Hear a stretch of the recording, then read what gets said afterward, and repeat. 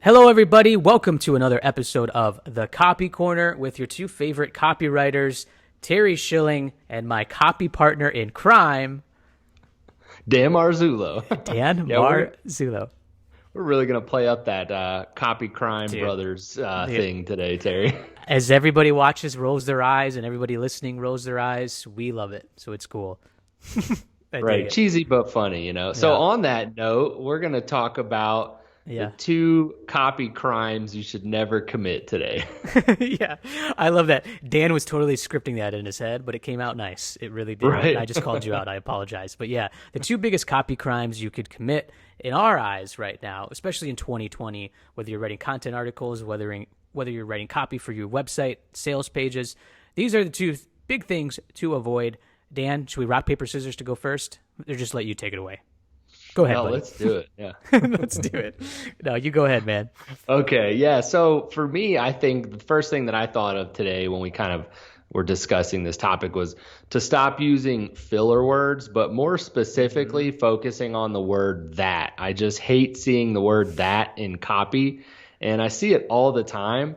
So if you're somebody that writes and includes the word that as a filler word a lot, Yeah. write your article or whatever, right? And then if you're in Google Docs, right, do Google Find and search that and find it'll highlight all the different places in that article that you wrote that. And then go through and look at those and see where you can cut it out. Any place that you can read through it and you can skip the word and it sounds just as fine, just as clear, get rid of it, right? I mean, Yeah. sometimes obviously it makes sense you need it in there, but most of the time Right. you can ditch that word and it'll just make your copy look stronger. Yeah, make it easier to read, which is always the goal. And there's just a lot of tips that you guys can do and some techniques to shorten sentences. Like if you say an order to, you can easily just say to instead of it, and you can knock out some of those words. There's a whole bunch of other ways to do it. If you do a Google search, like how to, shorten sentences or take out filler words. But I think there's a big consensus that is a big one, which is something I use a lot, and I leave it in sometimes and not really knowing. And you kind of sparked me to focus on it more to remove, Dan. So thank you. Oh yeah, happy to help, Terry. Happy to help improve Yeah. your copy a little bit today. Yeah, copy partner in crime and a good friend. What can I say? He's a good man. Oh yeah. man. Well, my copywriting tip is to just hire somebody else to write for you, and that's our episode today. Right, and goodbye. Just kidding.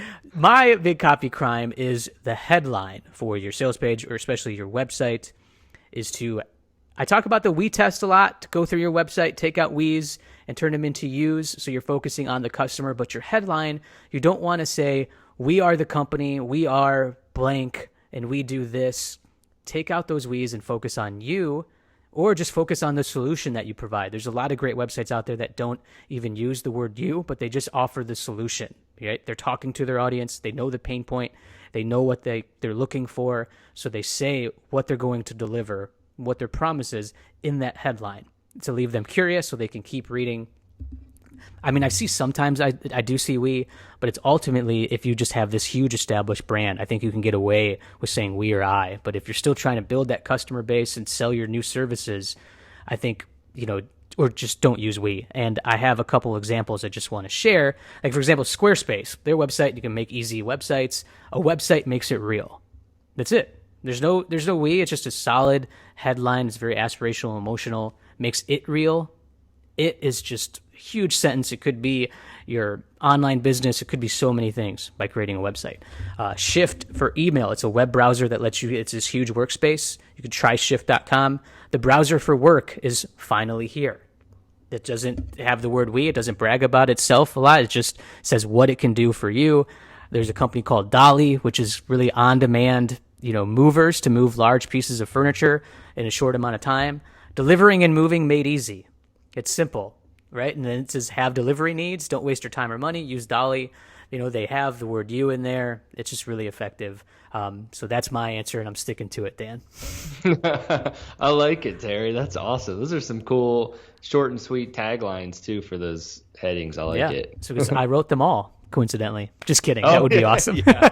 Wrote for all those. just completely just plug my own stuff. But Right. no, everybody, those are the two copywriting crimes that you guys should not commit. Otherwise, we're going to throw you in jail and we're going to call you out all across the internet. Just kidding. But seriously, you're going to write more effective copy and content if you apply these 2 tips or avoid these 2 mistakes in your writing.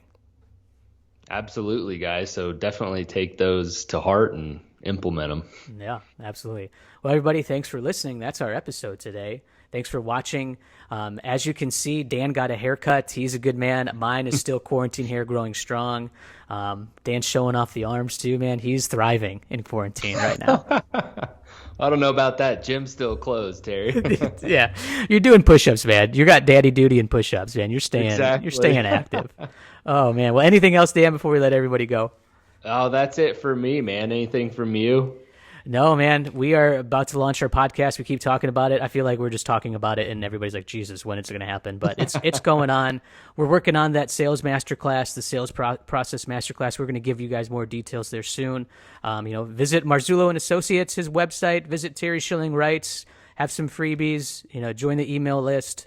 All that jazz. But everybody, thanks for watching. Love what you do. Proceed with passion. We'll see you on the next Copy Corner.